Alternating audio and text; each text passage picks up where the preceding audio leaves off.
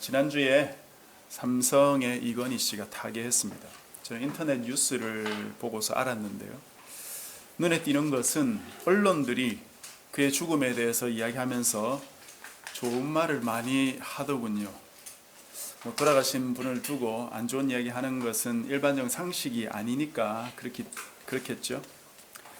이건희 씨가 삼성을 세계적인 기업의 반열에 올리기 위해서 마누라와 자식을 빼고는 다 바꾸라 했다는 그 유명한 일화가 있습니다. 세계 시장에서 경쟁하고 살아남기 위해서 다른 방법이 없겠죠. 남을 누르고 그 위에 올라서야 부와 명예와 권세가 따르는 법입니다. 그 위에 올라서서는 자신이 하고 싶은 대로 다스리고 싶은 것이죠.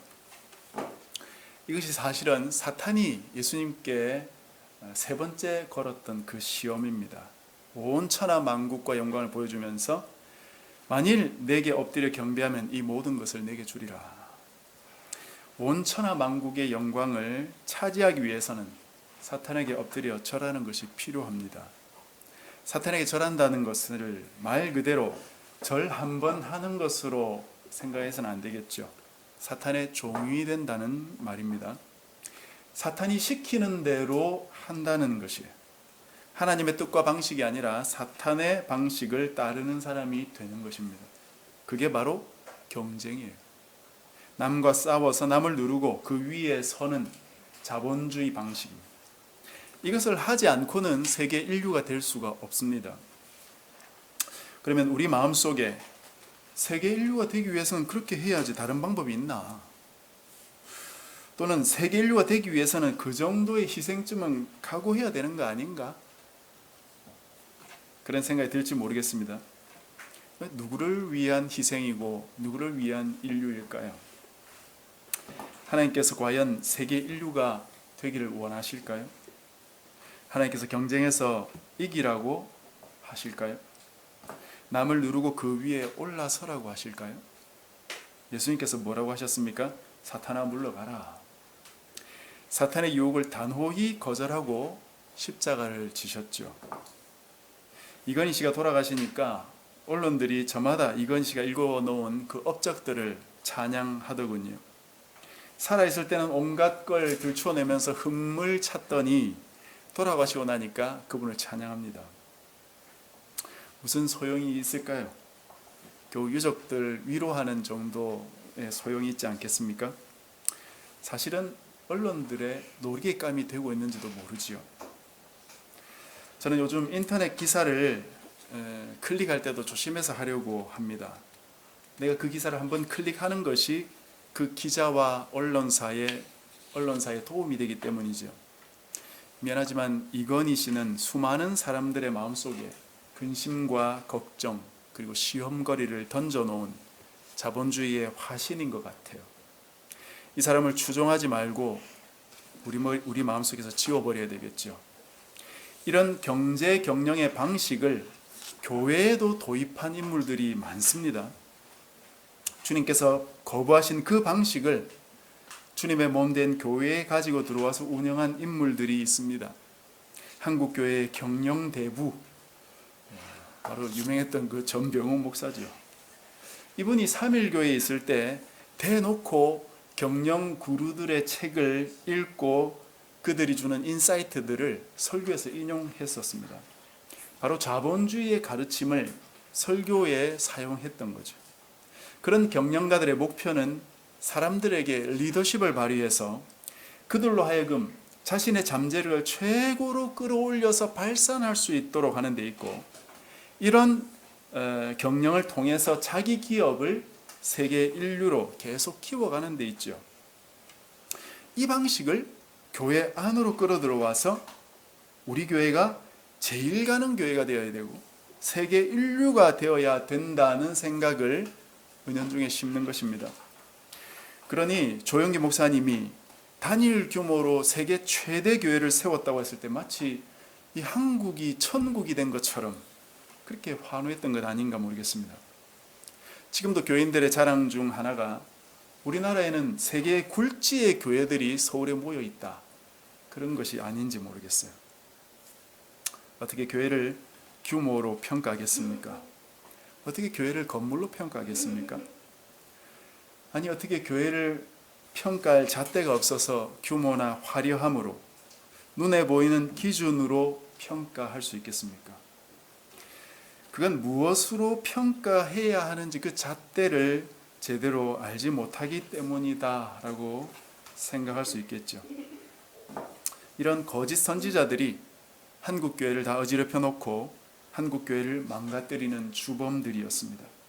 그러면서도 버젓이 목사님 소리를 듣고 존경받고 있으니까 한국교회 성도들의 그 수준이 어떨까 우리가 생각을 해보아야 되겠습니다. 지금까지 산상수훈 말씀을 우리가 함께 살펴보았듯이 하나님께서 우리에게 요구하시는 그 백성의 삶이란 굉장히 높은 수준의 삶입니다.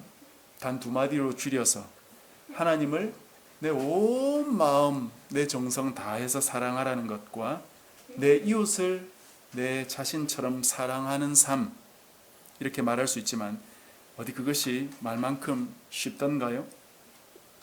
예수님처럼 십자가를 지지 않고서는 결코 갈 수가 없는 길입니다.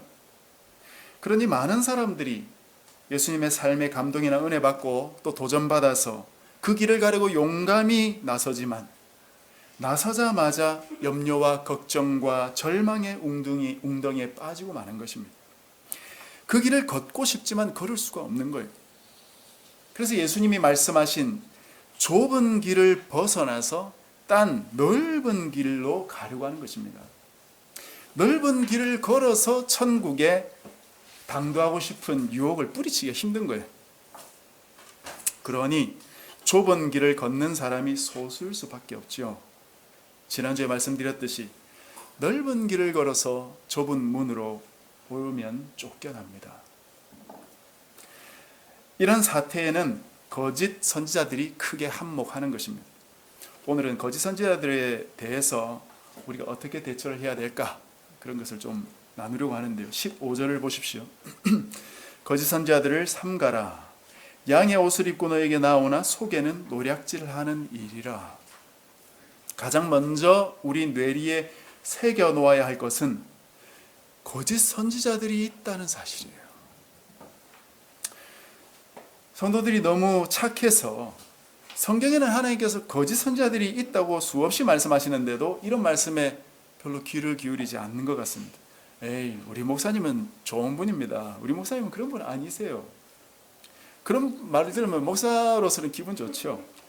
성도들이 나를 신뢰하구나 그런 생각이 드니까 기분 좋습니다. 그러나 성경에는 거짓 선지자들이 있다고 분명히 말하고 있고 놀라운 사실은 시대마다 참 선지자보다 거짓 선지자들이 항상 더 훨씬 많았습니다. 제가 이번에 이 설교를 준비하면서 거짓 선지자에 대해서 생각을 해보니까 신약 서신서에 몇몇 사도들이 거짓 선지자들을 언급했던 기억이 나더군요. 그런데 막상 성경을 찾기 시작하니까 이 거짓 선지자에 대한 경고가 너무나 많다는 사실을 깨닫기 시작했어요. 단순하게 말씀드리면 거짓 선지자에 대한 경고가 나오지 않는 성경은 단 한 성경도 없다고 생각이 들 정도였습니다. 이건 과장이 아닙니다. 신약뿐 아니라 구약도 마찬가지예요. 몇 군데만 좀 살펴보면서 생각을 정리해 보겠습니다. 말씀들을 여러분 주보에 좀 인쇄해 두었으니까 좀 참고하면서 보십시오. 먼저 예레미야서입니다. 예레미야는 남유다가 멸망할 즈음 사역했던 선지자인데요.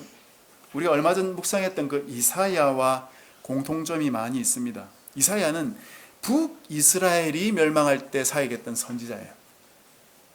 그러니 두 선지자의 글을 보면은 회개를 향한 촉구가 중심 메시지일 수밖에 없죠.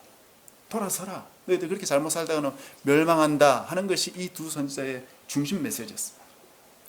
그런데 그런 풍전등화와 같은 국가의 운명 앞에서 거짓 선지자들이 무엇이라고 했는지 아십니까? 예레미야 14장 13절부터 나오는데요. 한번 보십시오. 첫 번째 문장은 넘어가고요. 주 여호와여 보시옵소서. 선지자들이 거짓 선지자들입니다. 그들에게 이르기를, 사람들에게 이르기를 너희가 칼을 보지 아니하겠고 기근은 너희에게 이르지 아니할 것이라. 내가 이곳에서 너희에게 확실한 평강을 주리라 하나이다. 여호와께서 내게 이르시되 선지자들이 내 이름으로 거짓 예언을 하도다. 나는 그들을 보내지 아니하였고 그들에게 명령하거나 이르지 아니하였거늘 그들이 거짓 계시와 점술과 헛된 것으로 자기 마음의 거짓으로 너희에게 예언하는도다. 그러므로 내가 보내지 아니하였어도 내 이름으로 예언하여 이르기를 칼과 기근이 이 땅에 이르지 아니하리라 하는 선지자들에 대하여 여호와께서 이와 같이 말씀하셨노라. 그 선지자들은 칼과 기근에 멸망할 것이요 그들의 예언을 받은 백성은 기근과 칼로 말미암아 예루살렘 거리에 던짐을 당할 것인즉 그들을 장사할 자가 없을 것이요 장래 말입니다. 그들의 아내와 아들과 딸이 그렇게 되리니 이는 내가 그들의 악을 그 위에 부음이니라. 그들의 악 때문에 심판해버리겠다는 것입니다. 거짓 선지자들의 특징은 하나님께서 세우신 선지자가 아니었다 하는 점과 하나님의 말씀이 아닌 거짓되고 헛된 자기 계시를 쏟아냈다는 점이에요. 하나님께서 예루살렘을 심판하시겠다고 명백히 말씀하셨음에도 불구하고 예루살렘은 망하지 않습니다. 이곳은 평화의 땅이 아닙니까? 여긴 하나님의 성전이 있는 곳입니다. 영원토록 흔들리지 않을 것입니다. 그런 이야기를 했다는 것이죠. 하나님의 계시와 정반대의 말을 이 거짓 선지자들이 쏟아낸 것입니다. 하나님은 예레미야를 통해서 이 땅을 내가 심판하고 이 땅을 멸망시켜서 바벨론으로 끌려가게 하겠다. 그러니 너희들은 무엇해라? 저항해라? 그게 아니고 항복하라고 주님이 말씀하셨어요. 그런데 이 거짓 선지자들은 완전히 반대로 말하고 있는 것이죠. 그러니 거짓 선지자들이다 이 말이에요. 신약은 우리가 계속 보시다시피 예수님께서 거짓 선지자들을 경고하셨기 때문에 사복음서에는 다 거짓 선지자들에 대한 경고가 나오고요. 사도행전에도 물론 나오고요. 저번에 고린도 후서를 묵상할 때 여러분이 눈여겨 보셨겠지만 바울이 자신의 사도직을 변명했던 그런 장면 여러분이 기억하실 겁니다. 왜 바울 같은 사도가 자신의 사도직을 변명해야 됐을까요? 다른 거짓된 선지자들이 바울을 모함했기 때문이죠. 뿐만 아니라 바울은 자기 편지 대부분에 거짓 선지자들에 대한 경고를 빠뜨리지 않고 있습니다. 베드로도 마찬가지예요. 베드로 후서 같은 데 보면은 베드로후서 2장 같은 데 보면 통째로 거짓 선지자들에 대한 경고를 하고 있습니다. 사도 요한도 역시 자신의 편지에 그런 것 담고 있는데 요한 1서에는 상당량을 거짓 선지자들에 대한 경고로 채우고 있어요. 그가 말하는 적 그리스도가 바로 거짓 선지자입니다. 계시록도 마찬가지예요. 유다서는 1장밖에 없지만 그 짧은 서신의 중심 내용이 뭐냐? 바로 거짓 선지자들이 받을 심판에 대한 내용이 중심 내용입니다.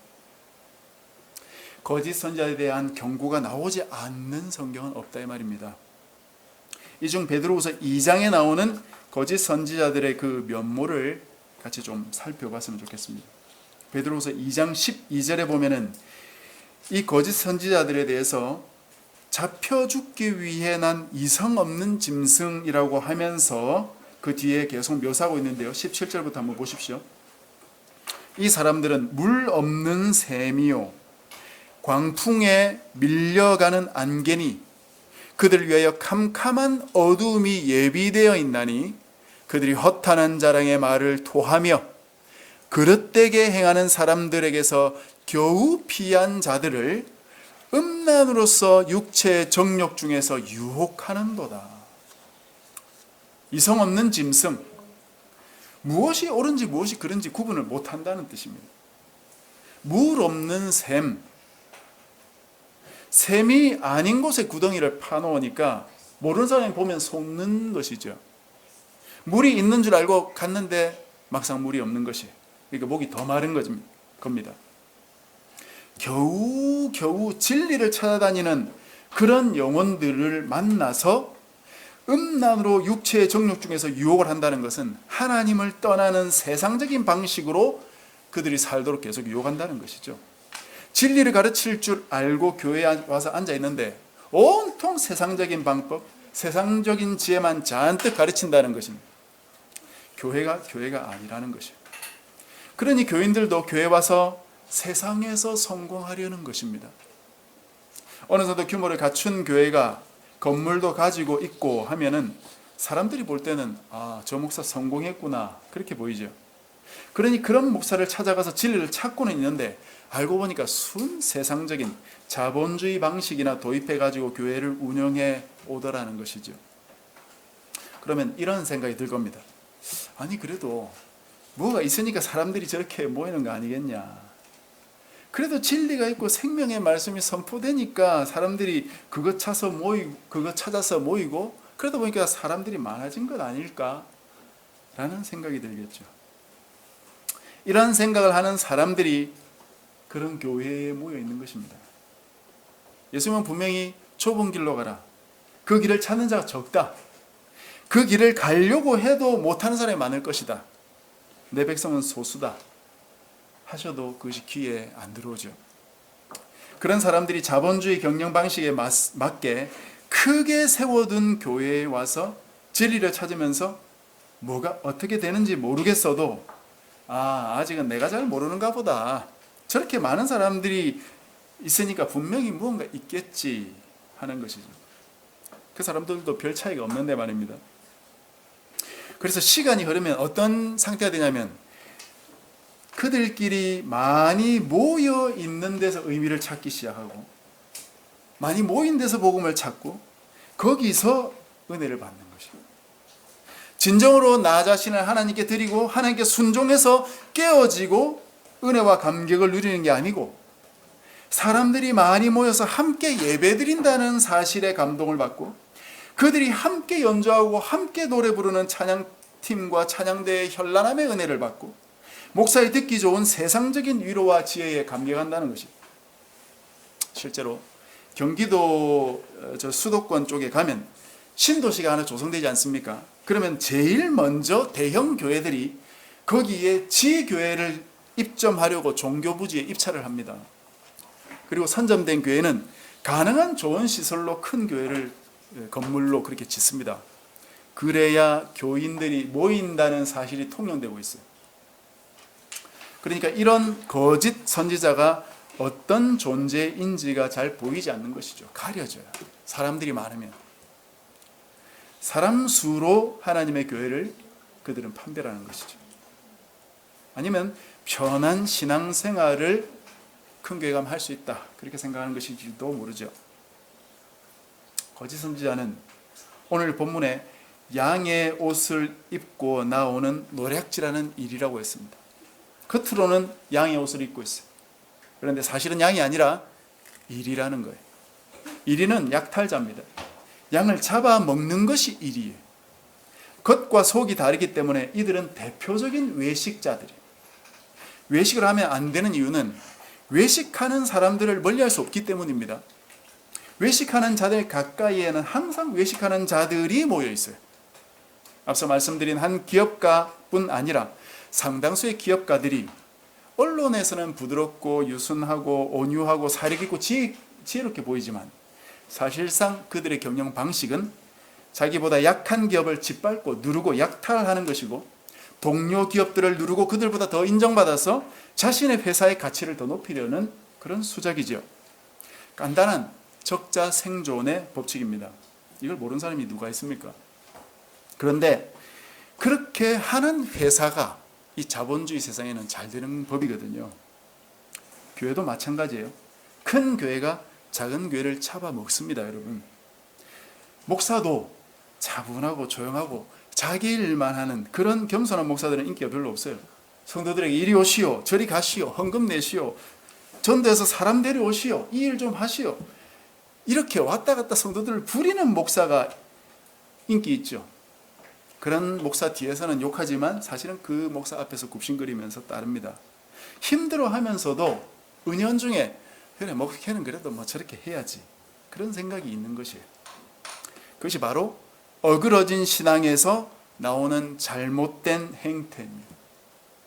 그런데 이게 잘못된 줄 모르는 게 문제라는 것이죠. 바울이 고린도 교회 성도들에게 모함을 받은 이유가 무엇이었습니까?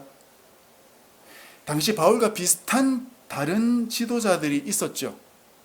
그들은 거짓 선지자라고 앞에 말씀드렸는데요. 그들이 무엇이라고 바울을 모함했는가?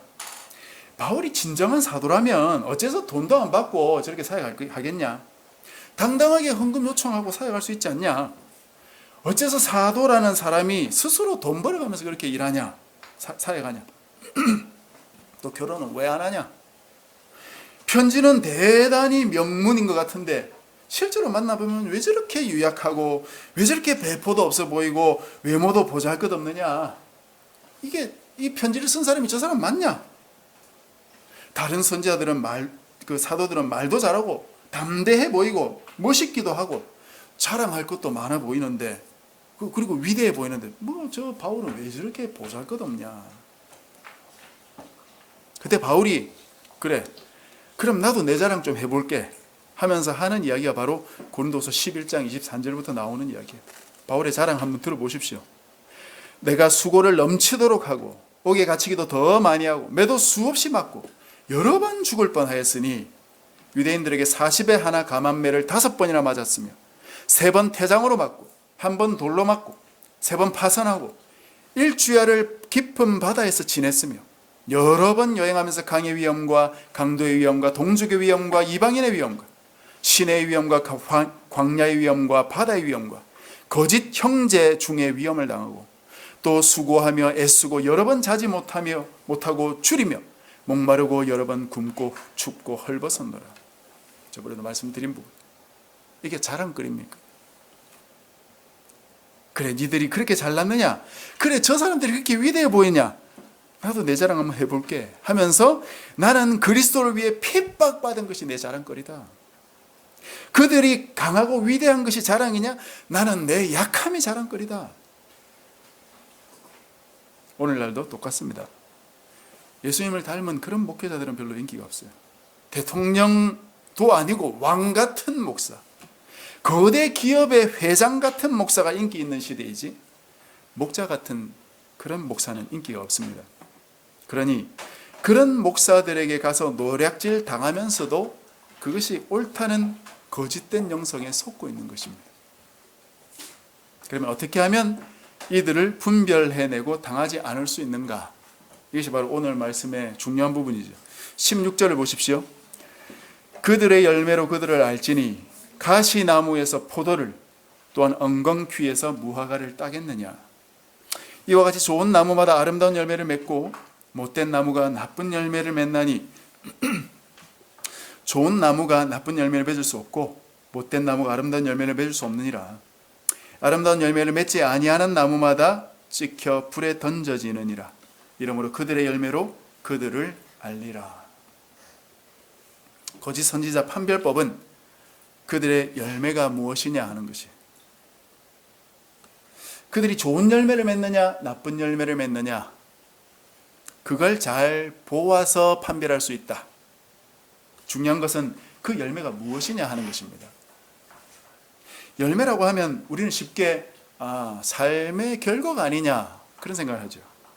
어떤 행위를 통해서 삶에서 좋은 결과가 나올 때 우리는 보통 그것이 열매다라고 말하기 때문이죠. 그래서 삶에서 예상했던 결과가 나오지 않는다면 열매가 없다고 불평합니다. 여기서 열매가 무엇인지 본문에는 명확히 보이지 않습니다. 그 뒤에 21절에도 보면 하나님 뜻대로 행하는 것을 말하고 있는 것 같기 때문에 무언가 행함의 결과로 열매가 맺히는 것처럼 보입니다. 그런데 이걸 우리가 유심히 잘 구분해야 될 필요가 있습니다. 먼저 이 똑같은 말씀을 누가복음에서도 예수님께서 하셨는데 거기에 열매가 무엇인지를 명확히 말씀하고 계십니다. 누가복음 6장 43절에서 45절 그 말씀이 산상수훈의 말씀이거든요. 누가복음에 나오는. 거기 보면 들보와 티 이야기를 하고 나서 바로 못된 나무, 좋은 나무 이야기를 하십니다. 누가복음 6장 43절에서 45절 한번 보십시오. 43절 못된 열매 맺는 좋은 나무가 없고 또 좋은 열매 맺는 못된 나무가 없느니라. 나무는 각각 그 열매로 아나니 가시나무에서 무화과를 또는 찔레에서 포도를 따지 못하느니라 하시면서 나무와 열매의 관계를 말씀하시고 이어서 이 비유가 무슨 뜻인지를 바로 설명하십니다. 45절 선한 사람은 마음에 쌓은 선에서 선을 내고 악한 자는 그 쌓은 악에서 악을 내나니 이는 마음에 가득한 것을 입으로 말함이니라. 좀 이해가 되십니까? 좋은 나무는 선한 사람이고 못된 나무는 악한 사람이죠. 그런데 나무나 사람은 그것이 선한지 악한지 겉으로는 잘 모른다는 것입니다. 무엇으로 판별할 수 있는가? 그것이 바로 열매다. 이 열매는 나무에 비유한 것이고 사람으로 말하자면 그 열매가 뭐냐? 그가 입으로 하는 말이다 이 말이에요. 그 말이 바로 그 사람 속에 가득 들어있는 것이 무엇인지 그 사람이 어떤 사람인지를 보여주는 증거물이다. 그런 의미에서 그 사람의 말을 그의 열매라고 하는 것입니다. 마태복음 12장에도 이 나무 비유가 동일하게 등장하고 있는데 그건 바리새인을 야단치시면서 하시는 말씀이에요. 마태복음 12장 33, 34절 제가 읽겠습니다. 나무도 좋고 열매도 좋다 하든지 나무도 좋지 않고 열매도 좋지 않다 하든지 하라. 그 열매로 나무를 아느니라. 독사의 자식들아, 이 바리새인 보고 하는 말입니다. 너희는 악하니 어떻게 선한 말을 할 수 있느냐? 이는 마음에 가득한 것을 입으로 말함이라. 역시 이 바리새인들이 하는 말을 열매로 말하고 있습니다. 성경 입술의 열매라는 표현도 여러분이 기억하실 텐데요. 그것 모두 입으로 발하는 말들을 입술의 열매라고 말하고 있어요. 그런 의미에서 거짓 선지자들의 열매란 그들의 잘못된 가르침. 예레미야에서 살펴본 대로 하나님이 보내시지도 않은 선지자들이 했던 하나님이 하신 말씀도 아닌 말씀, 하나님의 뜻과는 완전히 반대되는 그런 가르침, 그것이 바로 열매였다는 것입니다.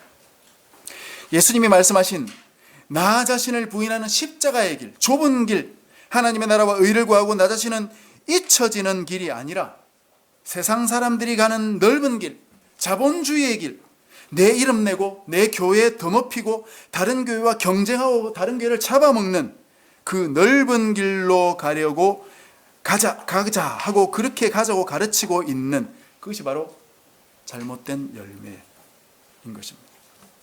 그런데 그들의 이런 잘못된 가르침을 만약에 들었다면 황급히 빠져나와서 저 사람은 거짓 선지자구나, 저 목사는 잘못된 목사구나 하고 판단을 하고 대처를 해야 되는데 그런 것을 할 줄 모르고 좋은 게 좋다라고 생각하고 그냥 가만히 앉아서 그들의 열매를 받아 먹는 자들이라면 그들도 역시 이성 없는 짐승이요 물 없는 샘에 만족하는 것이고 육체의 정욕적인 열매에도 만족하는 자들이니까 거짓 선지자들과 한패라는 것이죠.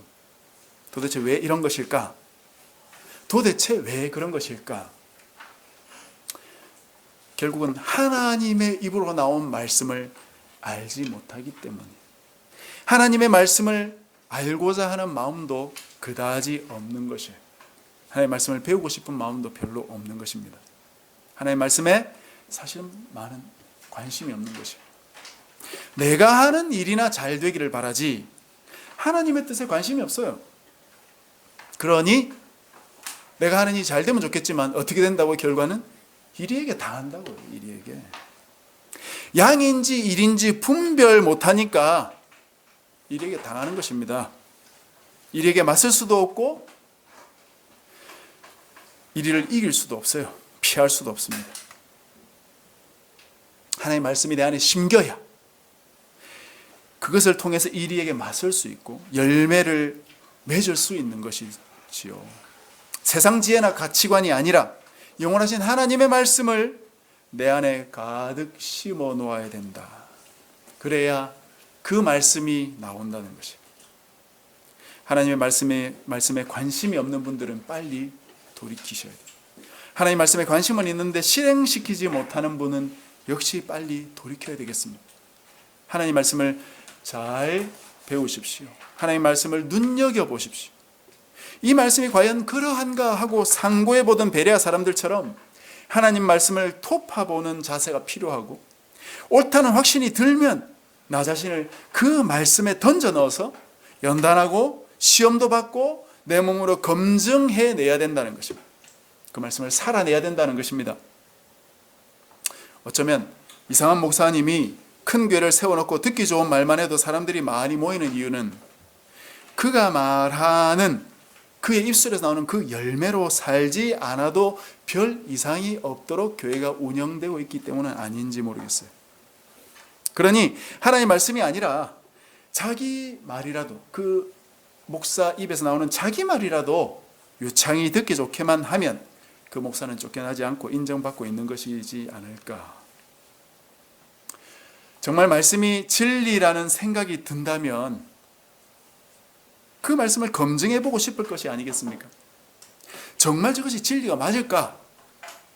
그러면 이대로 한번 살아보고 사라지는지 한번 점검을 해보고 싶지 않겠느냐는 것이에요.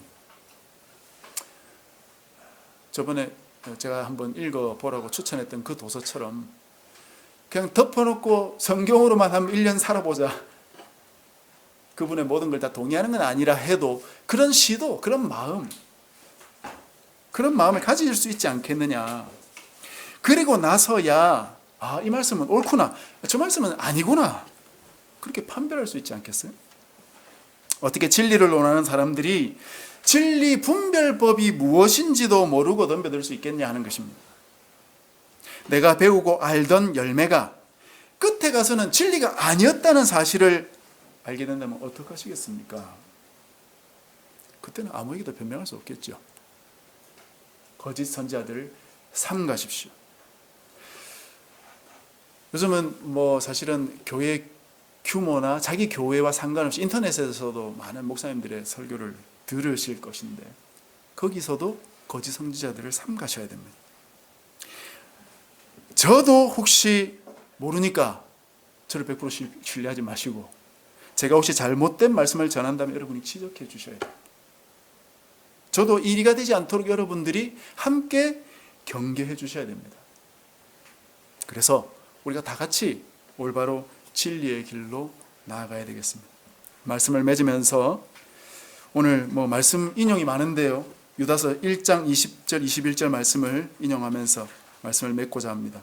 사랑하는 자들아, 너희는 너희의 지극히 거룩한 믿음 위에 자신을 세우며 성령으로 기도하며 하나님의 사랑 안에서 자신을 지키며 영생에 이르도록 우리 주 예수 그리스도의 긍휼을 기다리라.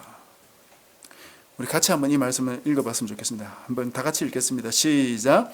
사랑하는 자들아, 너희는 너희의 지극히 거룩한 믿음 위에 자신을 세우며 성령으로 기도하며 하나님의 사랑 안에서 자신을 지키며 영생에 이르도록 우리 주 예수 그리스도의 긍휼을 기다리라. 이 믿음 가지고 주님 오실 때까지 이 좁은 길 걸어가는 저와 여러분 되시기를 주님 이름으로 간절히 축복합니다.